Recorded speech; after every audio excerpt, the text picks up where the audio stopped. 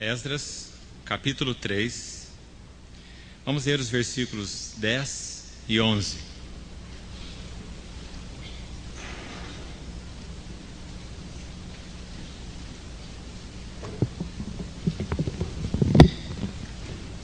Esdras, capítulo 3, versículos 10 e 11. Quando os edificadores lançaram os alicerces do templo do Senhor, apresentaram-se os sacerdotes, paramentados e com trombetas, e os levitas, filhos de Asaf, com símbolos, para louvarem ao Senhor, segundo as determinações de Davi, rei de Israel. Cantavam alternadamente, louvando e rendendo graças ao Senhor com estas palavras: Ele é bom, porque a sua misericórdia dura para sempre sobre Israel. E todo o povo jubilou com altas vozes, louvando ao Senhor, por se terem lançado os alicerces da sua casa.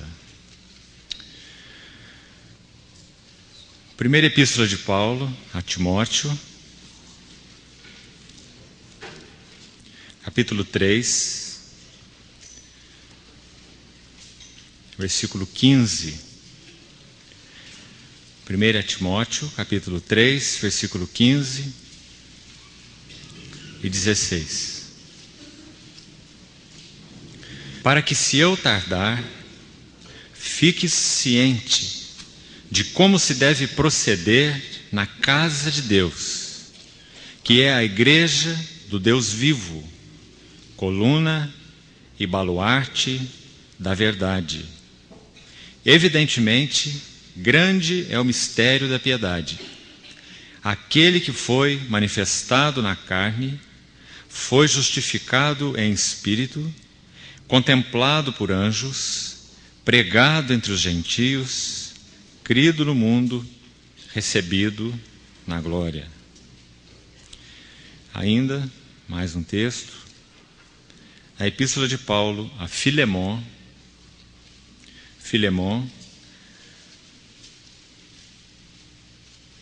apenas o versículo 6.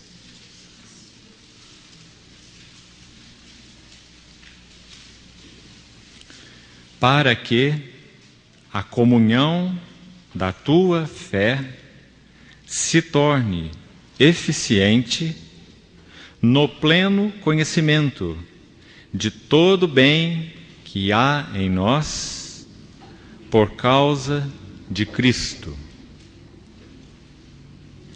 Vamos orar.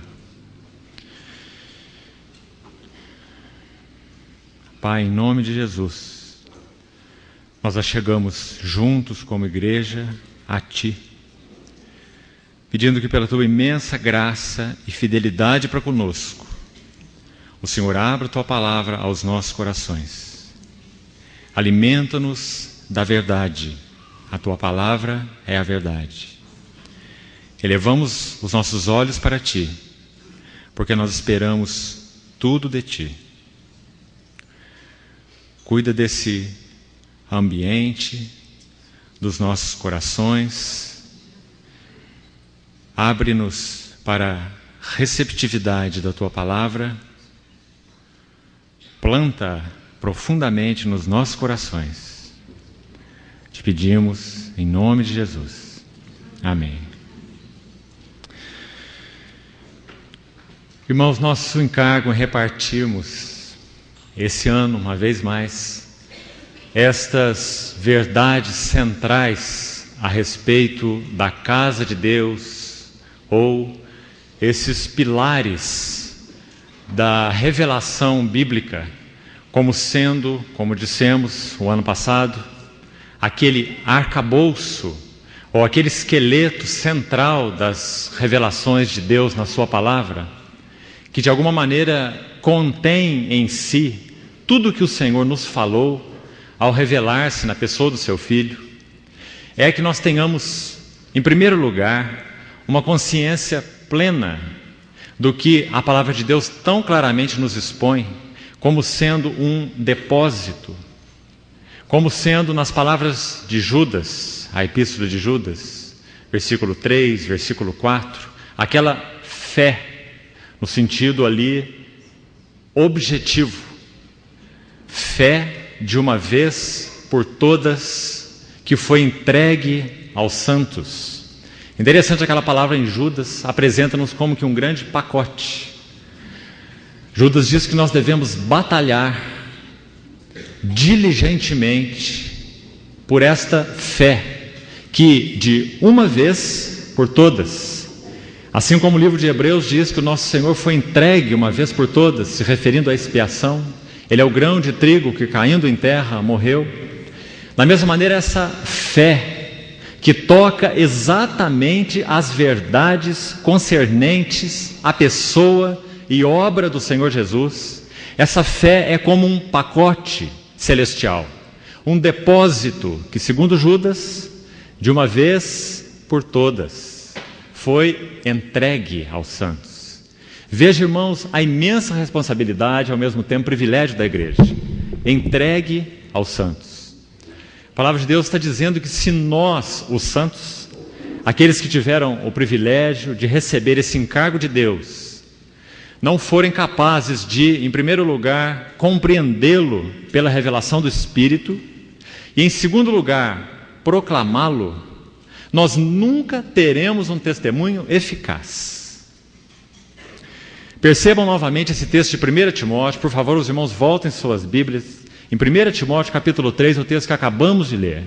Observe a gravidade com que o apóstolo Paulo coloca o assunto para Timóteo, quando ele diz assim: fiques ciente de como se deve proceder na casa de Deus. Casa de Deus. A mesma expressão que nós lemos lá em Esdras 3, no texto inicial que eu citei. Quando aqueles edificadores, lá naquela tipologia da restauração, eles lançaram os alicerces do templo do Senhor.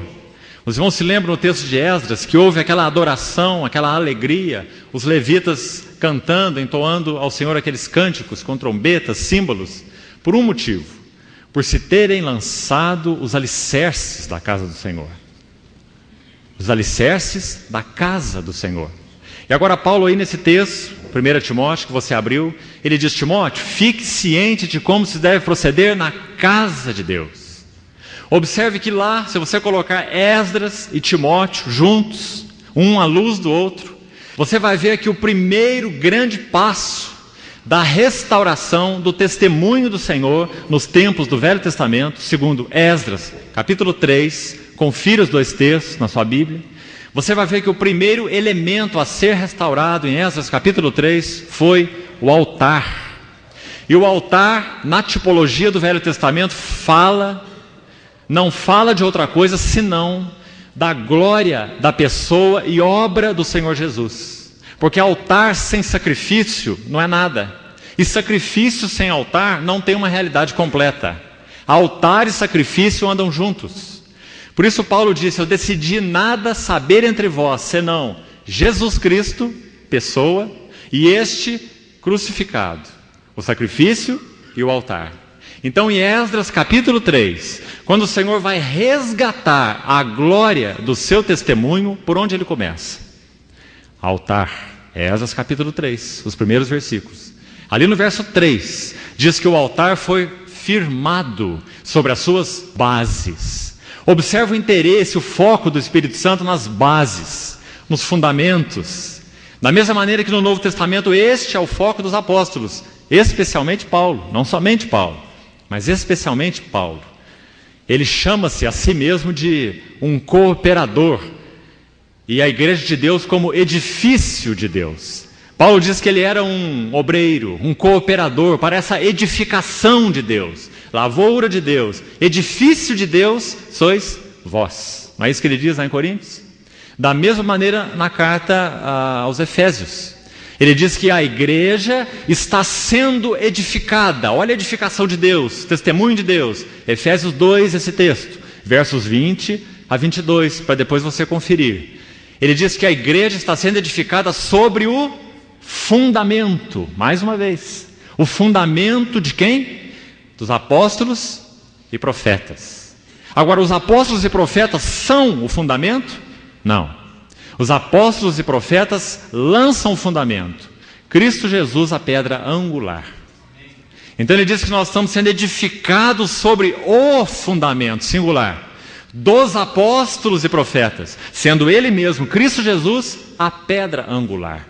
Aí ele diz assim, no qual, ou sobre o qual, estáis sendo juntamente edificados para a habitação de Deus no Espírito. Efésios capítulo 2, versos 20 a 22. Então, irmãos, esse assunto de edificação, na verdade, é uma linha traçada de Gênesis e Apocalipse. E a restauração do testemunho do Senhor nos nossos dias tem que ser coerente com os princípios da restauração de Deus no Velho Testamento. Então observe que assim como o Senhor começou lá com aquele povo, retornando para uma cidade queimada, desprotegida, nada edificado, exposto aos inimigos, expostos a perigos, a feras, eles começaram por nenhum outro ponto senão o altar. Por causa da centralidade da adoração, a centralidade da relação daquele povo com o seu Deus, que na tipologia fala da pessoa e obra de Cristo. Irmão, a igreja está perdendo poder, porque perdeu a visão da glória da pessoa e obra de Cristo. A igreja está perdendo poder, porque perdeu a visão do Calvário. A igreja está perdendo poder, porque perdeu seu contato com as realidades centrais e tem então tocado aquelas da periferia. Não que as da periferia não sejam importantes, mas há um arcabouço muito claro de revelação bíblica que Deus, o Espírito Santo, considerou essencial, considerou central. Então, quão importante é que nós tenhamos nesses dias de testemunho do Senhor, tempos do fim, a restauração do vigor do testemunho da igreja, através então dessas verdades centrais. Quão importantes são elas? E eu lembro então que na reunião anterior nós colocamos, na conferência passada, alguns desses fundamentos para os irmãos. E procuramos condensar de alguma forma em 8 pilares que compartilhamos na conferência anterior numa visão panorâmica. Eu gostaria apenas de repeti-los nessa primeira reunião, para nós avançarmos um pouquinho mais, sem entrar em detalhes, apenas para que a mente dos irmãos retorne àqueles fundamentos que nós colocamos no ano passado, na conferência anterior. Nós falamos que se formos seguir a ordem da revelação, o progresso da revelação bíblica, nós vamos ver que há pelo menos 8 pilares essenciais nessa revelação de Deus. O primeiro deles toca o próprio ser de Deus. Quem é o Deus da Bíblia? Quem é o Deus que se revelou em Cristo Jesus? Porque, irmãos, o Deus da maioria dos púlpitos modernos não é o Deus da Bíblia. É um outro Deus. Então há uma necessidade de se resgatar a visão bíblica de Deus, o ser de Deus, e essa natureza triuna de Deus. Pai, Filho, Espírito Santo. Esse seria o primeiro alicerce, o ser de Deus, a triunidade de Deus. Depois nós falamos ainda na conferência anterior sobre a encarnação. Os irmãos vejam que o progresso é um progresso lógico. Porque nós vemos Cristo na eternidade, nós podemos compreender então a glória da encarnação. Quem é esse que se fez carne? Se nós não vemos a realidade do Deus triuno, a pessoa eterna de Cristo, Cristo na eternidade, nós nunca poderemos compreender adequadamente a encarnação. Quem foi aquele que se encarnou? Que tipo de pessoa é aquela? Ele é 2 pessoas numa só? Ele tem uma única natureza e também é uma pessoa? Qual é o significado, o entendimento bíblico da encarnação? Irmãos, é claro que a Bíblia não disseca esse assunto. A nossa compreensão é incapaz de atingir esse nível. Assim como nós não podemos dissecar a natureza triuna de Deus. Esse é um mistério do qual nós nunca poderemos entrar plenamente, por toda a eternidade, da mesma maneira a encarnação. Mas a Bíblia dá parâmetros claros para que nós vejamos o quão fundamental é a nossa compreensão a respeito desses alicerces, para que nós não nos percamos no meio de tanta doutrina, de tanta coisa estranha, que afronta, em primeiro lugar, essas duas grandes revelações: a natureza triuna de Deus e o ser de Deus. E, em segundo lugar, a pessoa do Verbo que se fez carne, do Verbo encarnado. Irmãos, apenas para citar um exemplo, já falamos na conferência anterior, nós temos uma heresia que permanece entre nós já há 1700 anos, pelo menos. Tem sido proclamada aí em alta voz até hoje: a heresia dos testemunhas de Jeová, que dizem que o Verbo, com letra minúscula, lá na chamada Bíblia deles, foi o primeiro ser que Deus criou. Ele criou o Verbo, e através do Verbo ele criou todas as coisas. Essa não é uma heresia nova, essa é uma heresia de 1700 anos, que afronta a encarnação. Porque aquele que se encarnou não é um ser criado por Deus. Aquele que se encarnou é Deus, é o Verbo de Deus. No princípio era o Verbo, e o Verbo estava com Deus, e o Verbo era Deus. Isso toca a natureza triuna de Deus em primeiro lugar, nesse versículo apontando com ênfase a pessoa do Pai e a pessoa do Filho. O Verbo, a pessoa do Filho, Verbo, Logos, Palavra, estava com Deus, duas pessoas. Mas o Verbo era Deus, uma natureza, uma essência. Depois, logo no verso 14 de João capítulo 1, diz: e o Verbo, esse que estava com e que era ao mesmo tempo Deus, porque Deus é um só, esse Verbo se fez carne. É encarnação. Quão essencial é isso? Porque, irmãos, se esse que então executou a obra da cruz, terceiro alicerce, que é o assunto desta conferência esse ano, propiciação ou expiação, que dizem basicamente a mesma coisa, propiciação ou expiação. Se esse Cristo não é o Cristo na eternidade, se ele não é o Verbo eterno que está com Deus e que é Deus, então aquele que se encarnou é menor que Deus. Então aquela obra que foi feita na cruz é uma obra indigna de Deus, incapaz de satisfazer a Deus, porque a dívida estabelecida por causa do pecado é uma dívida com relação a Deus e não com relação ao diabo. Os irmãos compreendem? Por que o diabo rangeu os dentes contra essas duas grandes revelações? Porque se ele pudesse minar, solapar, de alguma maneira a natureza triuna de Deus, ele iria solapar a encarnação. E se ele solapasse a encarnação, ele iria solapar a obra da cruz. Porque aquele que teria morrido na cruz seria menor que Deus. Ou seria uma terceira parte, um misto de Deus e homem, meio Deus, meio homem. Mas também não é isso que a Bíblia diz sobre ele. A Bíblia diz que ele é totalmente Deus, 100% Deus. Por isso nós fomos reconciliados com Deus à maneira de Deus. Por isso a justiça de Deus, a santidade de Deus, a retidão de Deus, a glória de Deus estão todas satisfeitas. Deus está satisfeito através da cruz do Calvário, porque Jesus é Deus, o Verbo de Deus, que nos reconciliou com Deus à altura de Deus, porque ele não é ser criado por Deus, ele não é menor que Deus, é o Verbo que é Deus, que estava com Deus. Muito pelo contrário, é por meio do Verbo que Deus fez todas as coisas. Nada do que foi feito se fez sem ele, como João diz. Então os irmãos percebem por que o Espírito Santo, cremos nós, utilizou aqueles homens de Deus tão importantes naquele período inicial da história da igreja para resgatar as verdades relacionadas a esses dois primeiros grandes alicerces, a triunidade de Deus e a encarnação, assuntos do ano passado. E então podemos dar um passo mais para o terceiro alicerce, a expiação da cruz, a propiciação. O que aconteceu ali na cruz do Calvário? Irmãos, se nós sequer pudermos nos aproximar desta verdade, nós sairemos daqui no final da conferência com um senso de adoração. Porque essa é uma verdade tão inescrutável quanto é o próprio ser de Deus.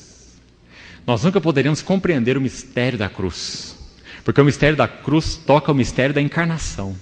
E o mistério da encarnação toca o mistério da trindade, da triunidade de Deus. Então que assunto é esse? É um assunto que nós nos sentiremos de alguma maneira como crianças, nadando na beira da praia. Não há como irmos lá no fundo do oceano.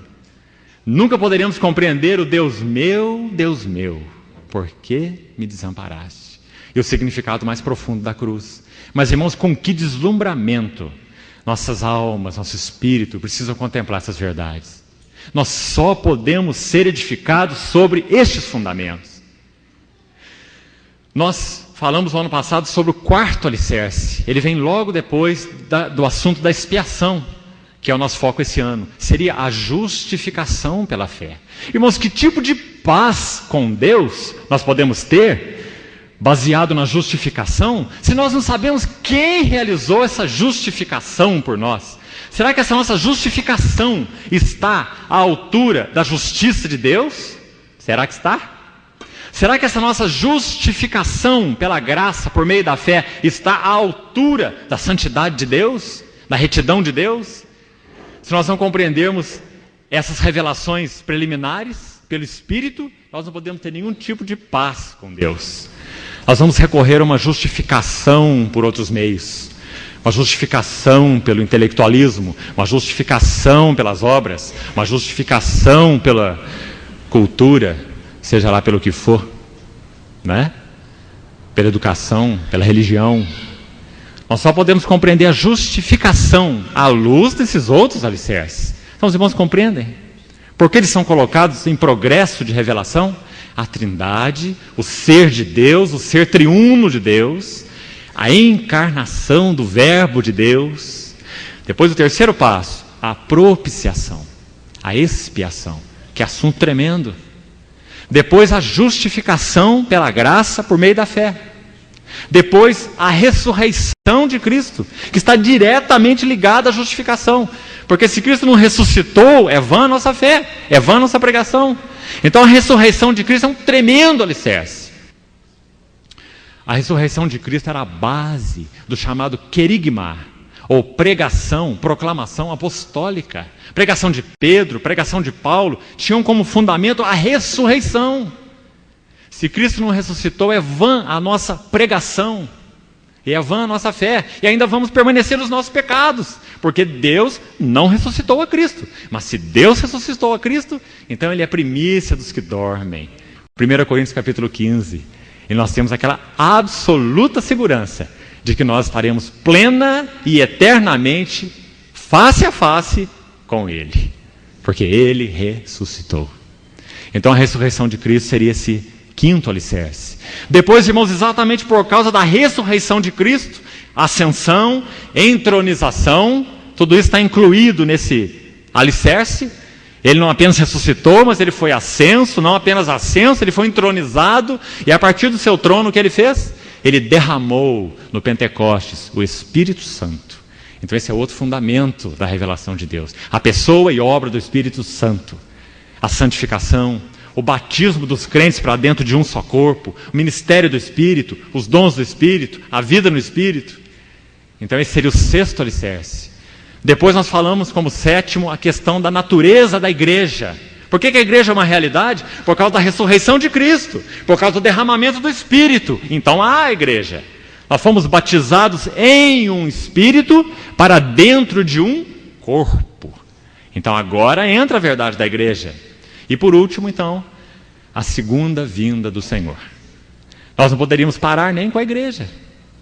Porque se nós parássemos com a igreja, nós não teríamos a consumação final do propósito de Deus por essa epifaneia, essa manifestação de Cristo, né? Essa parousia de Cristo junto com seus santos, quando Ele então vai consumar todo o propósito de Deus, estabelecendo aquelas bodas do Cordeiro com a sua igreja e revelando então a sua justiça e o seu juízo para aos olhos de todas as nações, estabelecendo seu reino. Então, irmãos, essas verdades constituem um progresso de revelação. O apóstolo Paulo chama isso de depósito. Lembra o que ele diz para Timóteo? Ele fala assim: Timóteo, guarda o bom depósito. Os irmãos, imaginem se esse depósito estivesse perdido, por exemplo, a partir de Timóteo. Não haveria igreja. Porque não há igreja sem o fundamento dos apóstolos e profetas. Não há igreja sem a revelação clara de Cristo, pessoa e obra. Quando Paulo resume ali em 1 Timóteo, penso que é o texto que você ainda tem aí aberto diante de você, ele vai dizer assim, que essa casa de Deus é a igreja do Deus vivo. Aí ele vai dizer que essa igreja do Deus vivo, 1 Timóteo 3,15, ela é o quê? Coluna. Coluna é para sustentar, porque esse depósito foi dado para a igreja.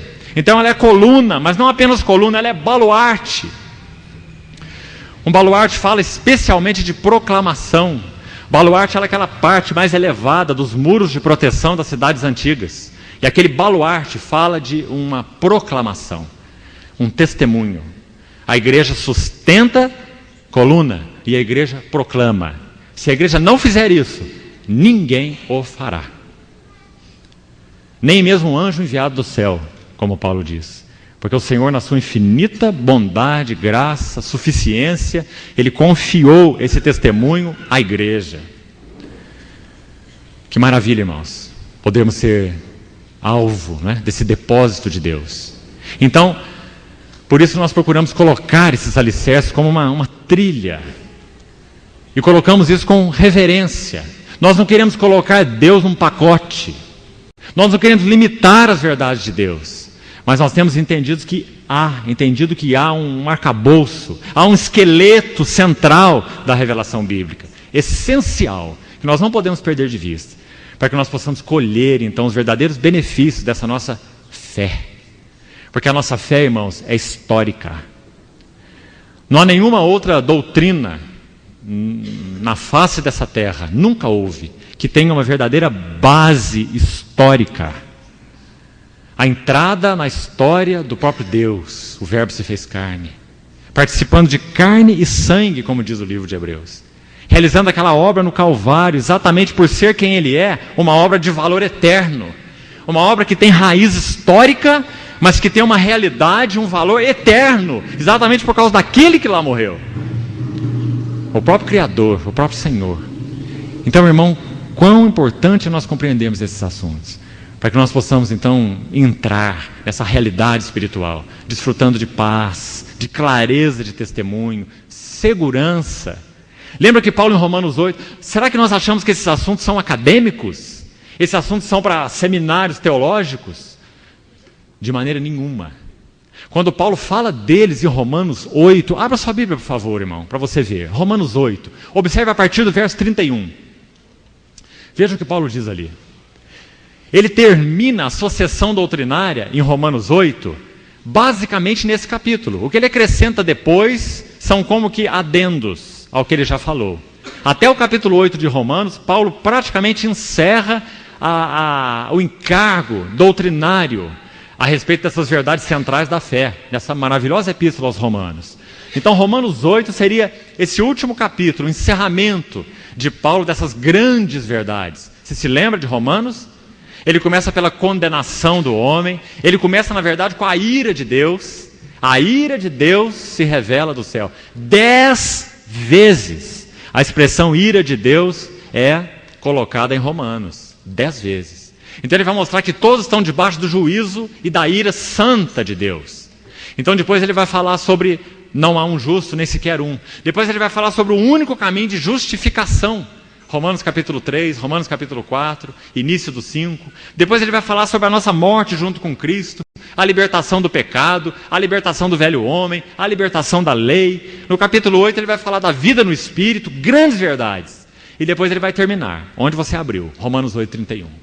E ele não podia terminar de outra maneira, irmãos, senão mostrando que essas verdades não são teóricas, não são acadêmicas, não são coisa para intelectuais, mas é o depósito da igreja. São as verdades à luz da qual nós vivemos e podemos ter segurança, paz, testemunho, alegria, adoração. Então Romanos 8, 31, o que ele diz aí? O que está escrito na sua Bíblia? Que diremos, pois, à vista dessas coisas? Olha o senso de admiração de Paulo, de adoração. Se Deus é por nós, por que Paulo sabe que Deus é por nós?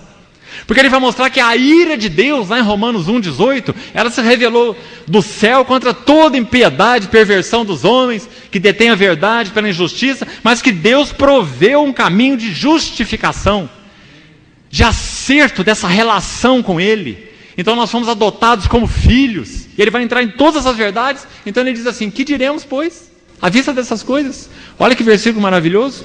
Se Deus é por nós, quem será contra nós? Aquele que não poupou o seu próprio filho. Expiação, assunto dessa nossa conferência. Ele não poupou o seu filho, Ele entregou. Veja essa palavra aí, Paulo gosta de usar essa palavra. No capítulo 4, verso 25, ele também usa. Ele diz que o Senhor Jesus Cristo foi entregue. Romanos 4, 25. Ele foi entregue por causa das nossas transgressões.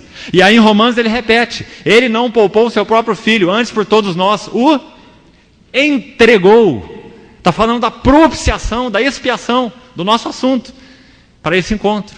Então Ele entregou o seu próprio filho. Ele não nos dará juntamente com Ele o quê? Todas as coisas. Aí ele vai dar um pequeno resumo do que seria essa coisa, essas coisas. Continua o texto aí, o que ele diz? Quem tentará acusação contra os eleitos de Deus? Se é Deus quem os... Olha aí o alicerce da justificação, tá vendo? É Deus quem justifica, ou seja, nós fomos justificados por Deus, porque o Verbo se fez carne e o Verbo é Deus. Então nós somos justificados à altura da justiça de Deus. Então quem tentará acusação? Quem?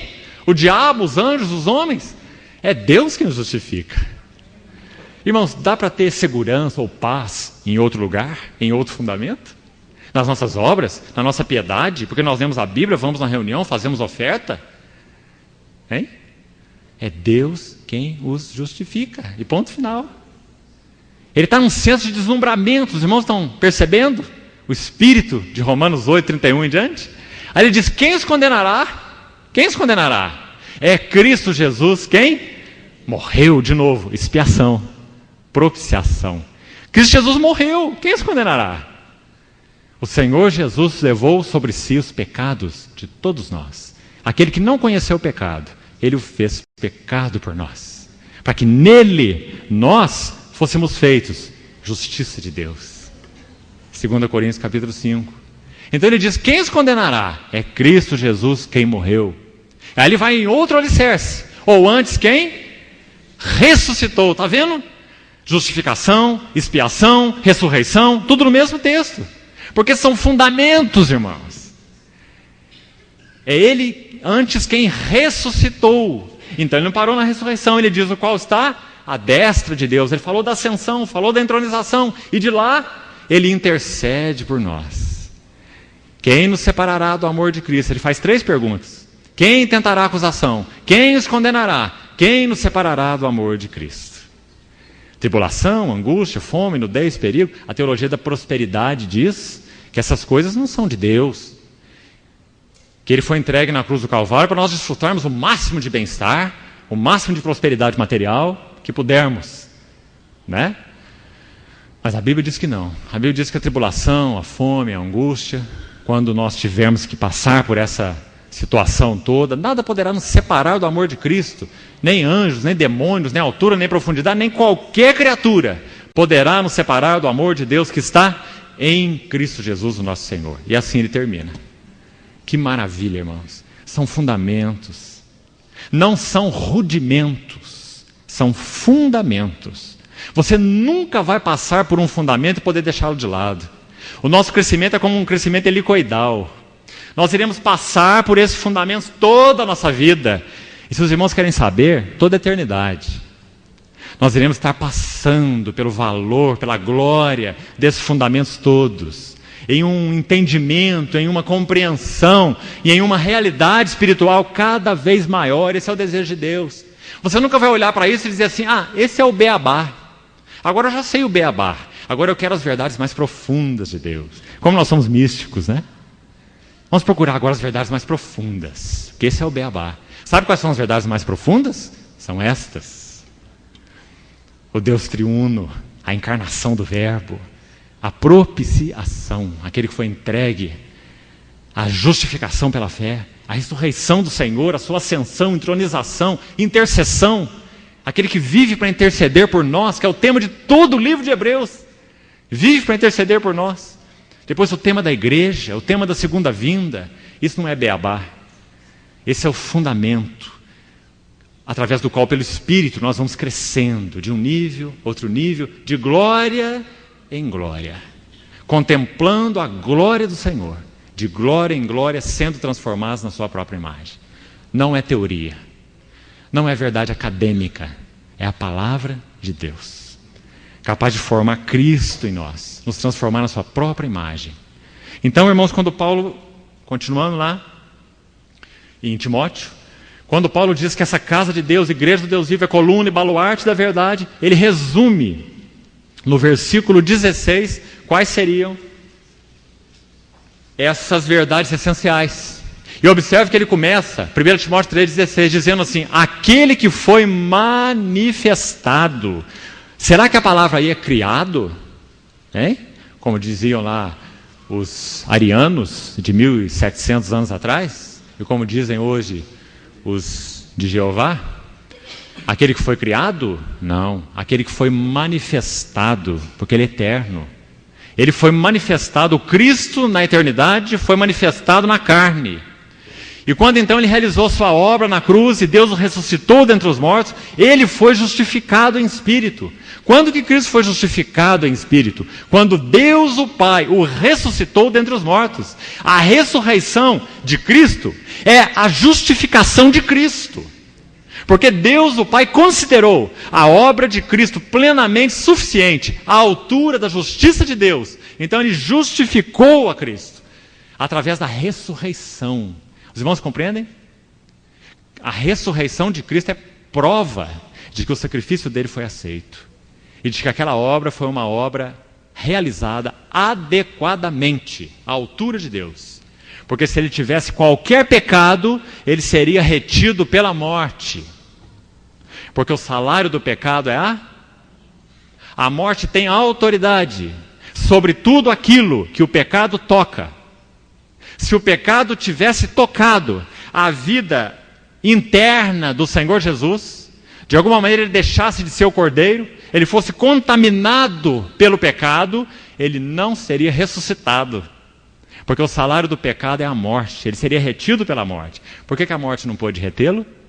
Porque ele não tinha nenhum salário para pagar para a morte. Porque ele não tem pecado.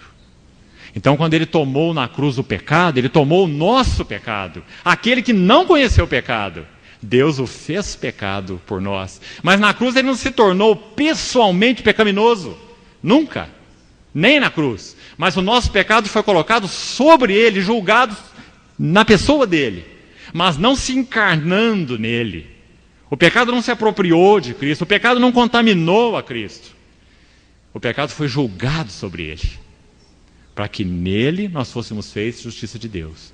Em João capítulo 3, João diz assim: ele se manifestou para tirar os pecados. De novo ele está falando da propiciação. 1 João 3, 5. Ele se manifestou para tirar os pecados. E nele não existe pecado. Então, irmãos, a ressurreição é essa justificação em espírito, que está escrito aí em 1 Timóteo. O Pai considerou aquele sacrifício perfeito, idôneo, compatível com a justiça, a glória e santidade de Deus. Obediente até a morte, morte de cruz. Então ele foi justificado em espírito. Depois, interessante, quando Paulo resume esse mistério da piedade aí, ele diz assim: foi contemplado por anjos. Depois ele diz: foi pregado entre os gentios. Queria que você notasse aí com muito cuidado esse texto. Depois diz que ele foi crido no mundo. Irmãos, o Senhor só foi pregado entre os gentios depois do Pentecostes. Lá na casa de Cornélio, o evangelho se abriu para os gentios. Não é assim? Em Atos capítulo 10. Então, quando Paulo descreve esse mistério da piedade, ele não apenas está tocando a pessoa de Cristo Jesus. Ele está tocando a pessoa de Cristo Jesus e o seu corpo, que é a igreja. Dizendo que esse mistério da piedade é um mistério que inclui Cristo como cabeça e a igreja como corpo. Ele foi manifestado na carne, foi justificado em espírito, ressurreto, ascenso e entronizado. Então ele foi contemplado por anjos. E então, através da igreja, ele foi pregado entre os gentios, foi crido no mundo. E depois diz, recebido na glória. Porque Paulo fala desse mistério da piedade de duas maneiras. Em primeiro lugar, se referindo a Cristo, sua pessoa e obra, e em segundo lugar, e por consequência, se referindo à igreja, que é o seu corpo. Lembra que ele diz aos Efésios, grande é este mistério, usando a mesma palavra, mas eu me refiro a Cristo e a igreja. Porque o propósito de Deus não foi gerar apenas exaltar apenas o cabeça, mas o propósito de Deus é levar o corpo a participar da sua glória pessoal, não da sua divindade. Nós não seremos divinizados, mas participar da sua glória, conduzindo muitos filhos à glória. Hebreus capítulo 2. Então, quando Paulo diz aí, recebido na glória, ele se refere não apenas a Cristo, mas se refere àqueles que são participantes desse mistério em Cristo. Por isso ele fala para Timóteo, exercita-te pessoalmente na piedade. Porque grande é o mistério da piedade. Então, irmãos, quão grande é o propósito de Deus. Ele nos incluiu nesse mistério tão tremendo, por causa daquilo que ele realizou na cruz do Calvário. E então, indo novamente ao texto de Filemon que nós lemos, queria que os irmãos abrissem uma vez mais naquele texto que nós já lemos no início. Filemon.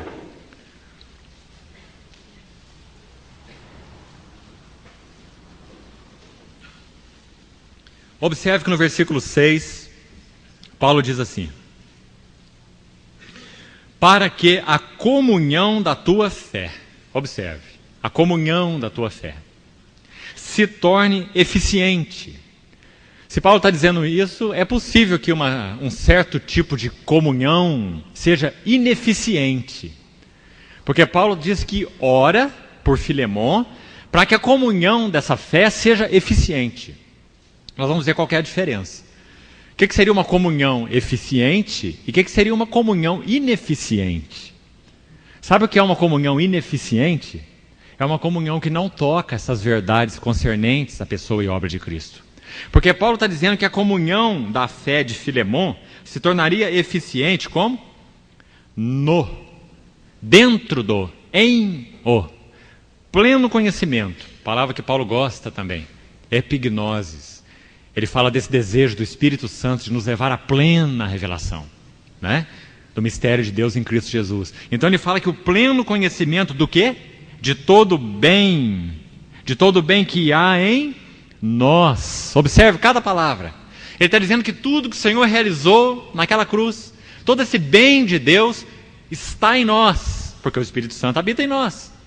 Então, na medida que formos conhecendo, pleno conhecimento, de glória em glória, de fé em fé, pleno conhecimento de todo o bem que há em nós. Há em nós de onde? De onde vem? Por causa de Cristo. Há uma versão que diz para com Cristo. Mas a melhor tradução seria por causa de Cristo. Por causa do que Ele fez, por causa da sua obra. Consequência da glória da sua pessoa. Então, na medida que nós vamos entrando em realidade espiritual, na comunhão desses fatos concernentes à pessoa e à obra de Cristo, a nossa comunhão é eficiente. Por isso ele falou para os coríntios, eu decidi nada saber entre vós, senão Jesus Cristo e este crucificado. Jesus Cristo, sua pessoa, Cristo na eternidade, Cristo encarnado e sua obra, a propiciação, a expiação. Cristo e este crucificado. Esse é o resumo de todo o Evangelho. Esse é o resumo do mistério da piedade. Irmão, tome cuidado com a distração. O diabo se coloca amigavelmente ao nosso lado para nos dar as mãos e brincar de roda conosco, usando a Bíblia, as pregações, os assuntos religiosos, desde que nós não toquemos o que é essencial. Você quer ver o inferno se levantar? Toque o que é essencial. Enquanto você estiver tocando o secundário, Satanás não se importa. Mas se você tocar o essencial, você vai ter dificuldades. Você vai compreender batalha espiritual. Porque, irmãos, a intenção do diabo é cerrar os céus, cerrar a Bíblia, cerrar as Escrituras, para que nós não toquemos os fatos essenciais do Evangelho. Por isso eles são expostos e pela graça de Deus foram preservados na forma escrita, nas nossas mãos, até os dias de hoje. Os fundamentos da nossa fé. Não há outro lugar para se ter segurança. Não há outro lugar para se ter adoração. Adoração não é impulso da alma. A adoração não é provida por meios externos. A adoração não é a ação do homem. A adoração é reação do homem diante da revelação dessas maravilhosas verdades de Deus. Isso cultiva em nós um verdadeiro espírito de adoração. Nós adoramos por quem Ele é. Nós adoramos pelo que Ele fez. Não é? Então, irmãos, o Senhor nos ajude a estarmos realmente com nossos joelhos em terra e com nosso espírito dobrado diante do Senhor, para que nesses dias Ele não permita que o diabo cerre os céus, mas que Ele nos dê, pela sua graça, pela sua fidelidade com o seu testemunho, através da igreja, Ele nos dê céu aberto, para que nós possamos ver algo mais da glória dessa pessoa, da glória dessa obra na cruz do Calvário, Senhor Jesus. Irmãos, os primeiros séculos da história da igreja, Satanás mostrou claramente esse ranger de dentes contra a essência, contra os fundamentos. Então, através do mover do Espírito na história, se nós cremos que o Senhor é Senhor da história, e penso que todos nós cremos, então Ele moveu na história a restauração dessas verdades. Já no terceiro século da história da igreja, em especial, essas verdades tinham sido quase que absolutamente perdidas. Então o Senhor levantou alguns homens muito especiais dentro daquele terceiro século. Atanásio, aqueles chamados Capadócios, os pais Capadócios, Gregório, os dois Gregórios, Basílio, para restaurar essas verdades a respeito da triunidade de Deus. Da pessoa do Pai, a pessoa do Filho, a pessoa do Espírito, a relação entre eles. Depois, no século seguinte, século V, ele levanta de novo outros homens para resgatar as verdades concernentes à pessoa de Cristo. Quem é aquela pessoa? Porque já desde o início haviam pessoas dizendo que havia na vida daquela pessoa como que duas pessoas. Jesus era um homem, Jesus de Nazaré. E nesse homem veio habitar o Cristo divino. O Cristo divino veio habitar no Jesus de Nazaré. Essa é uma filosofia esotérica. É o esoterismo que pensa assim. Eles entendem que Cristo, no entendimento deles, é um princípio eterno, um princípio celestial, eterno. E esse princípio crístico, como eles dizem, essa é a pregação da eubiose, por exemplo, da teosofia. Esse princípio crístico, ele habitou em diversos homens. Ele habitou nos filósofos gregos, Sócrates, Platão, Aristóteles, e muitos outros, Epicuro. Ele habitou em Buda, ele habitou em Confúcio, ele habitou em Maomé. É o mesmo princípio em diversos iluminados. Princípio crístico. Mas quando nós abrimos a palavra em Mateus 16, quando Pedro faz aquela confissão pela revelação do Pai, pela revelação do alto, ele não diz assim para aquela pessoa humana, Jesus de Nazaré, que estava na frente dele, ele não diz assim para ele: tu és um Cristo. Ele diz: tu és o Cristo, o Filho do Deus vivo. Por isso que ele ouve aquela resposta: e eu, Pedro, te digo que tu és um pedregulho. Você nunca chegaria a essa realidade senão por meio do meu Pai Celestial. Não é pela tua carne e sangue, mas o meu Pai que está nos céus te revelou. E por causa dessa revelação, você que é um nada, um João ninguém, um Simão Barjonas. A palavra Simão significa instável. Pedro é uma areia movediça, ele é instável. Só ele acha que ele é forte, mais ninguém. E na hora que ele foi provado, ele viu quem ele era. Negou o Senhor 3 vezes, praguejando, jurando que não conhecia aquele homem. Simão, figura do que nós somos, instáveis. Tu és Simão, o Barjonas. Lembra do Barjonas? Barjonas, filho de Jonas. João ninguém. O Simão, filho do João. Mas eu te farei uma pedra, e sobre essa rocha, que sou eu mesmo, Cristo, Filho do Deus vivo, eu edificarei a minha igreja, e as portas do inferno não prevalecerão contra ela. Então, irmãos, o Senhor levantou homens movendo na história, se você conhece bem. No século IV, 2 concílios. Concílio de Niceia, concílio de Constantinopla. Século V, 2 concílios. Concílio de Éfeso, concílio de Calcedônia. Controvérsias trinitárias, controvérsias cristológicas. Porque havia necessidade que Deus levantasse homens com uma voz clara a respeito do ser de Deus e da triunidade de Deus e a respeito da encarnação do Verbo de Deus, para que esses fundamentos não fossem perdidos. Nós nunca poderíamos ter fé real, realidade espiritual, se esses fundamentos tivessem se perdido pelo decorrer dos séculos. Então, quando nós olhamos hoje para a nossa história, nós precisamos nos alegrar, porque nós estamos num berço de 2000 anos, um berço de 2000 anos de revelação, nos quais o Senhor nunca ficou sem testemunho. Irmão,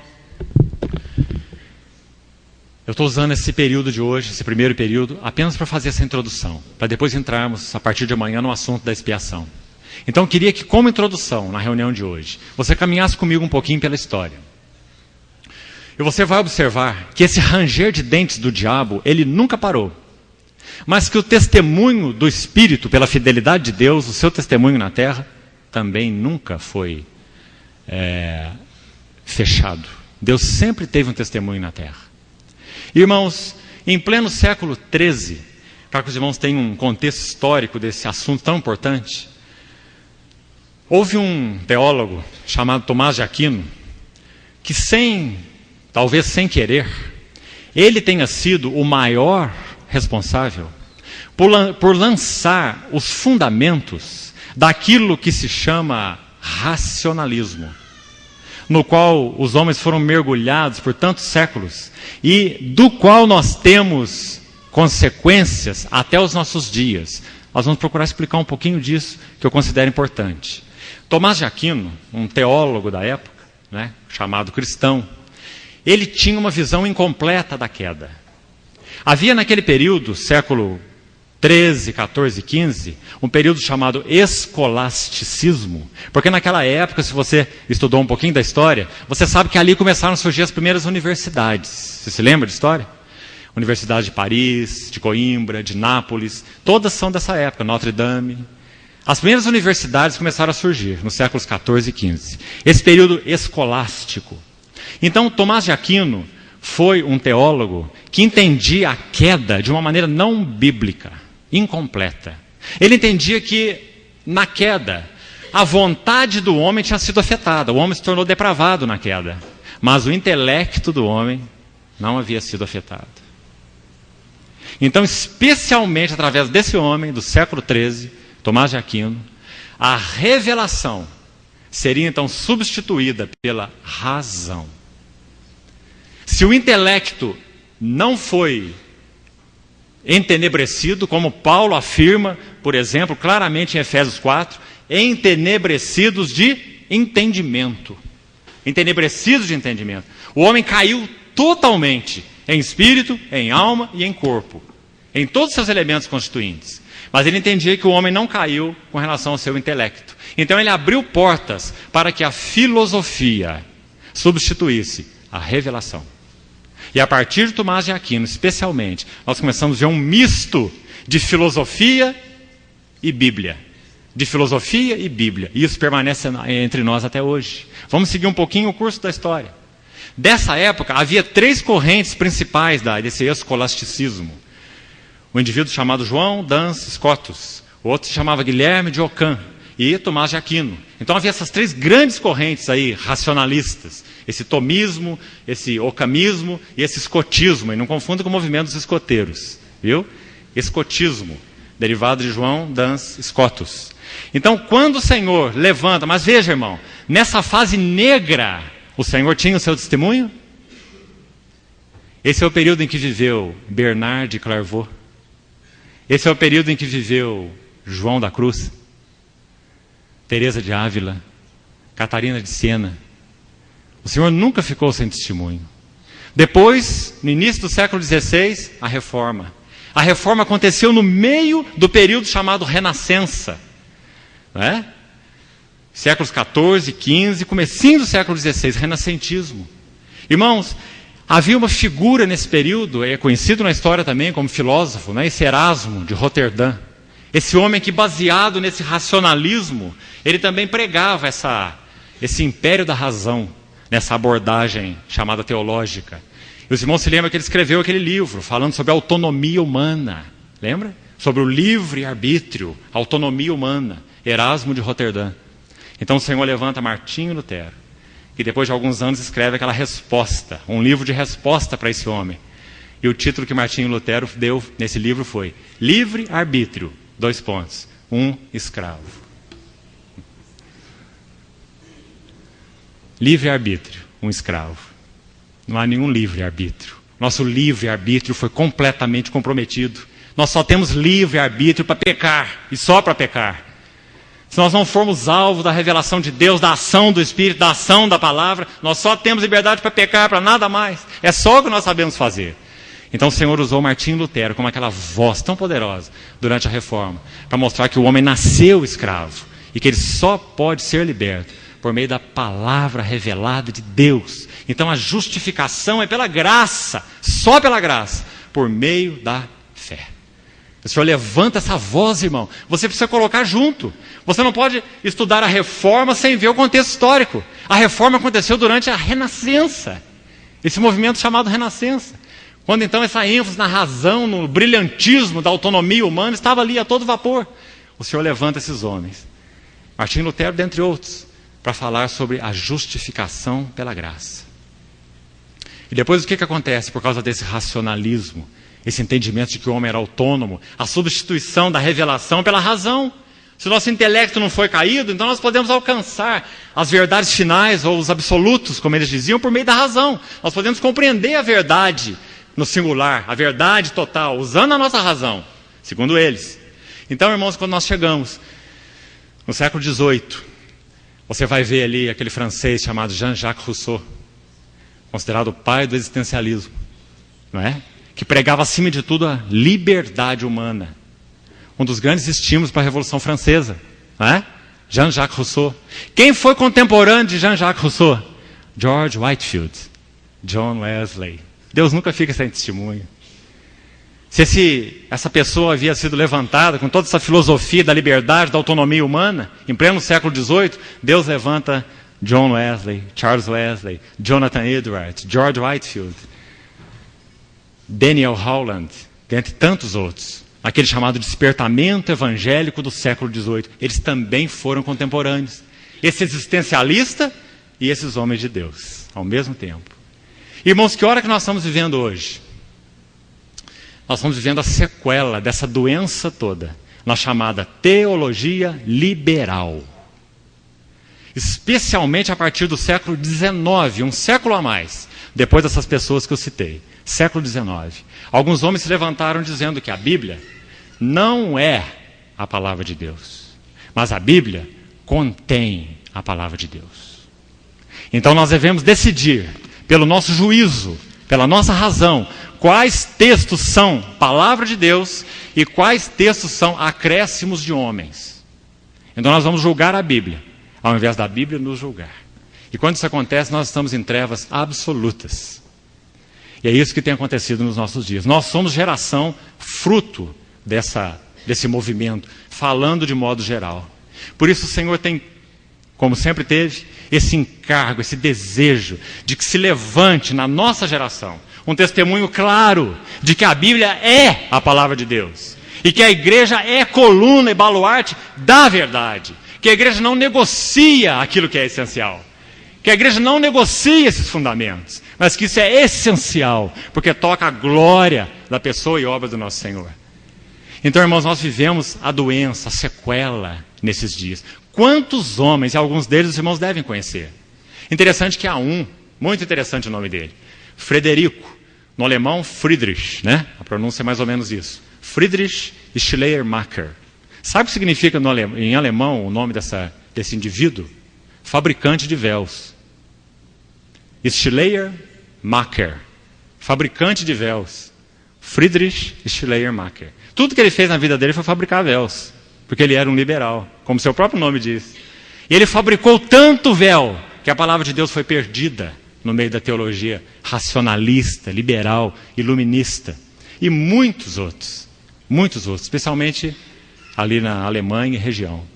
Então, irmãos, que necessidade nós temos hoje de resgatar essa pureza, essa genuinidade da palavra de Deus. Esse testemunho sólido de que a Bíblia é a palavra de Deus, de que ela contém toda a revelação de Deus, de que ela é inspirada verbalmente, ela é verbalmente inspirada, Ela não é apenas inspirada no seu geral, mas verbalmente inspirada. Para que nós possamos então nos basear sobre ela e para que ela seja o nosso juiz e não nós juízes dela. Quando você lê o Salmo 119, você não vê teologia liberal. Você vê aquele escritor do Salmo 119, possivelmente Davi, se dobrando diante da palavra de Deus e dizendo assim: Senhor, a tua lei conduz o meu coração à santidade. A minha alma está apegada ao pó, me vivifica por meio da tua palavra. A tua palavra para sempre, ó Senhor, está firmada no céu. Salmo 119. Né? Então, irmãos, se nós não resgatarmos o valor da palavra de Deus, o lugar das Escrituras, no meio do povo de Deus e nas nossas vidas pessoais, nunca iremos a lugar algum. Nunca. A igreja é coluna e baluarte da verdade. O Senhor nos ajude nesse processo. Eu queria ler com os irmãos, antes de encerrarmos,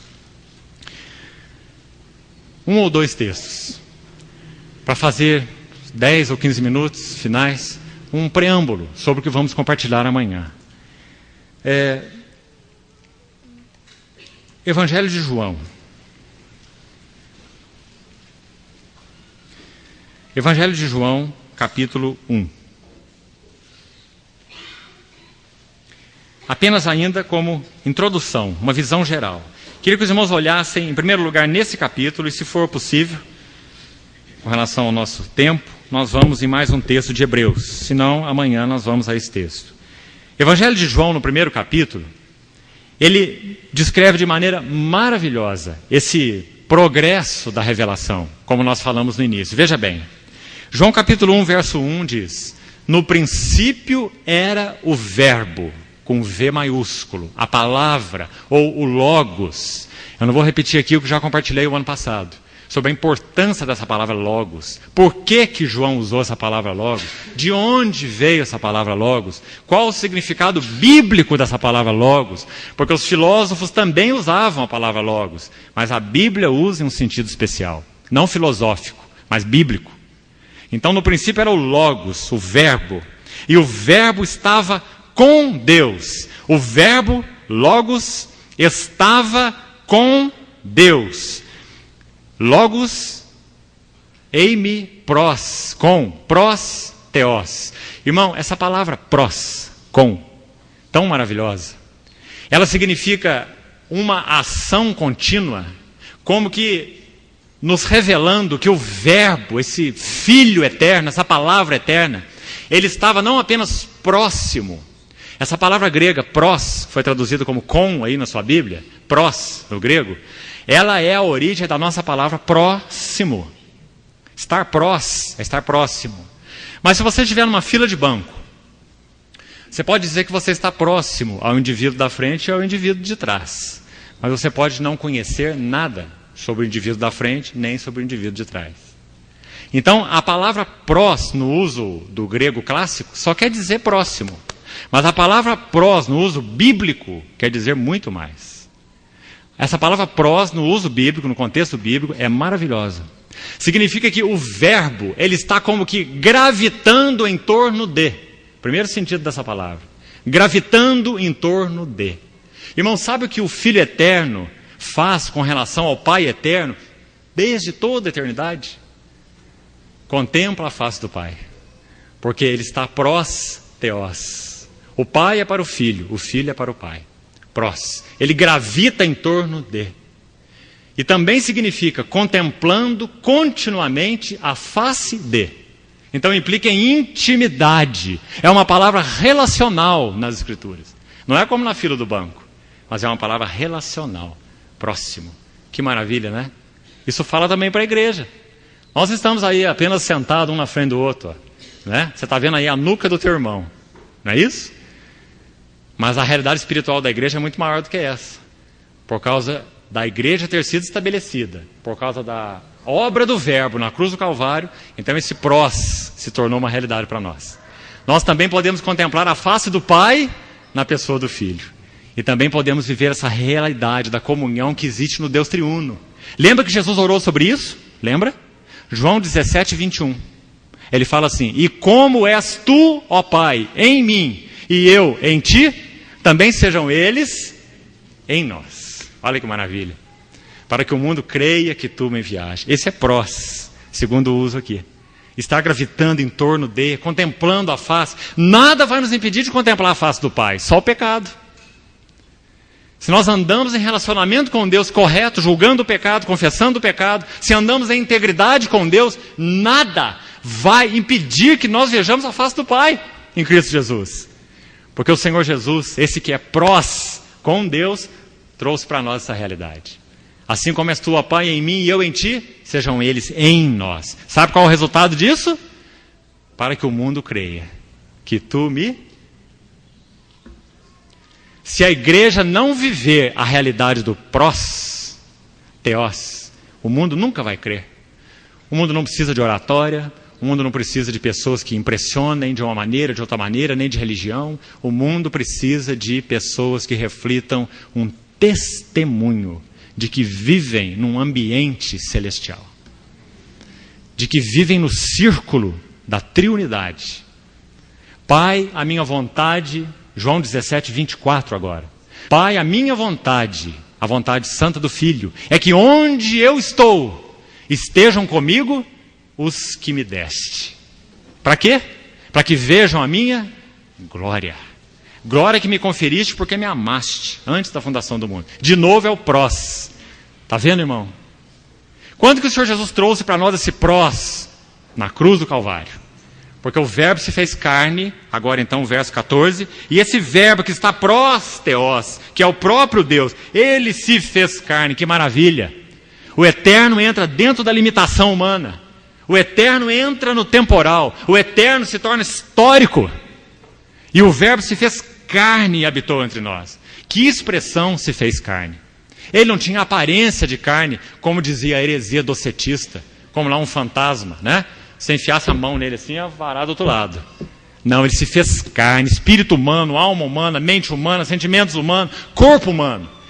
Ele disse, Pai, nas tuas mãos entrego o meu espírito. Ele tem espírito humano.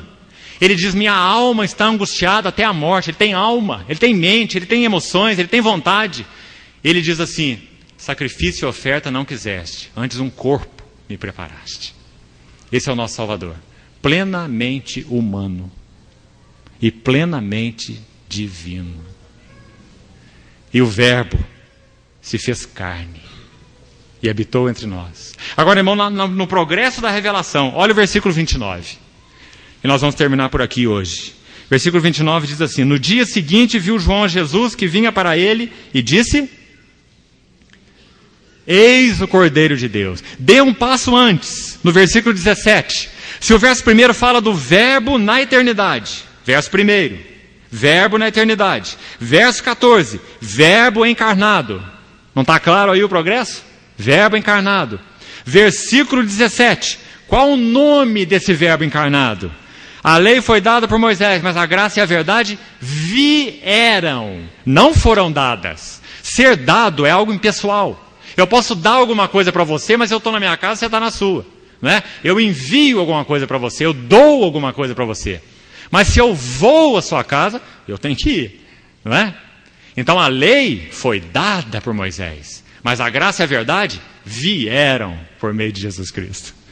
Porque o verbo se fez carne. Ele não nos deu graça, ele não nos deu verdade. Ele é graça e é verdade. O verbo se fez carne. Então a graça e a verdade vieram por meio de Jesus Cristo. Esse é o nome do verbo. Esse é o nome do verbo de Deus. Jesus Cristo. Então, no versículo 29, João, quando apresenta o Senhor, ele diz, eis o Cordeiro. Irmão, como que num capítulo você vê o verbo eterno, aquele que é antes de todas as coisas, aquele que é o próprio Criador de todas as coisas, imediatamente depois sendo chamado de Jesus, né? Um nome humano, e depois sendo chamado de Cordeiro, porque vai nos dizer o que essa pessoa veio fazer. Não veio curar enfermos, não veio expulsar demônios, não veio multiplicar pães. Isso são acréscimos ao seu ministério. Ele vai fazer isso para revelar algo muito maior. Ele faz isso para mostrar o que ele é por trás disso. Ele não faz isso para isso ter valor em si mesmo. Porque ele é o verbo, Jesus Cristo, que veio como Cordeiro. E como Cordeiro, ele veio para tirar, que expressão importante, tira o pecado do mundo. Cristo na eternidade, Cristo encarnado, Cristo na cruz. Consequência um do outro. Então, irmãos, o Senhor nos ajude nesses dias, pela ação do Espírito do Senhor, Espírito de sabedoria e de revelação. Ore ao Senhor, pedindo realmente que o diabo não alcance vantagem sobre nós nesses dias, em nenhum sentido. Ore por essa conferência.